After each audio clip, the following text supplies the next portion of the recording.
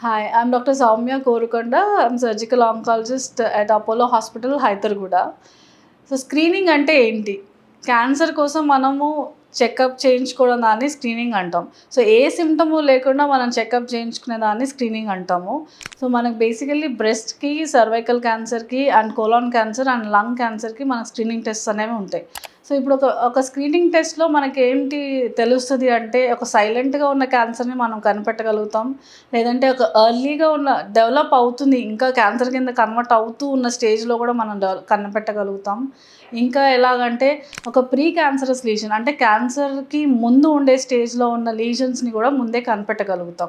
So ఇలాంటి వాటి వల్ల మనం క్యాన్సర్‌ని ముందే ఎర్లీగా డిటెక్ట్ చేసి దాన్ని క్యాన్సర్ ఇంకా రాకుండా ముందే దాన్ని ట్రీట్ చేయడం వల్ల క్యాన్సర్ అనే దాన్ని కంప్లీట్‌గా అవాయిడ్ చేయొచ్చు. ఒక సైలెంట్‌గా ఉన్న క్యాన్సర్‌ని మనం ట్రీట్ చేయొచ్చు.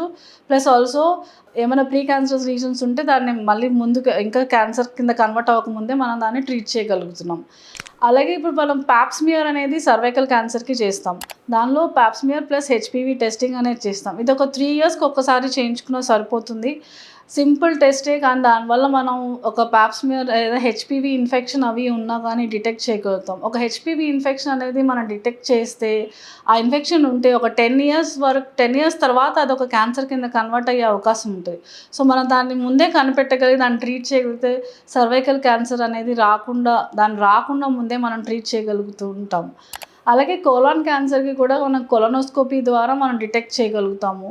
అలాగే లంగ్ క్యాన్సర్‌కి కూడా మన హెచ్ఆర్‌సిటీ అనే సిటీ చెస్ట్‌ని చేయడం వల్ల మనం ఎర్లీ క్యాన్సర్స్ ఏమన్నా డిటెక్ట్ చేయగలుగుతాం.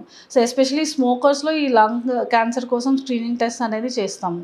Thank you.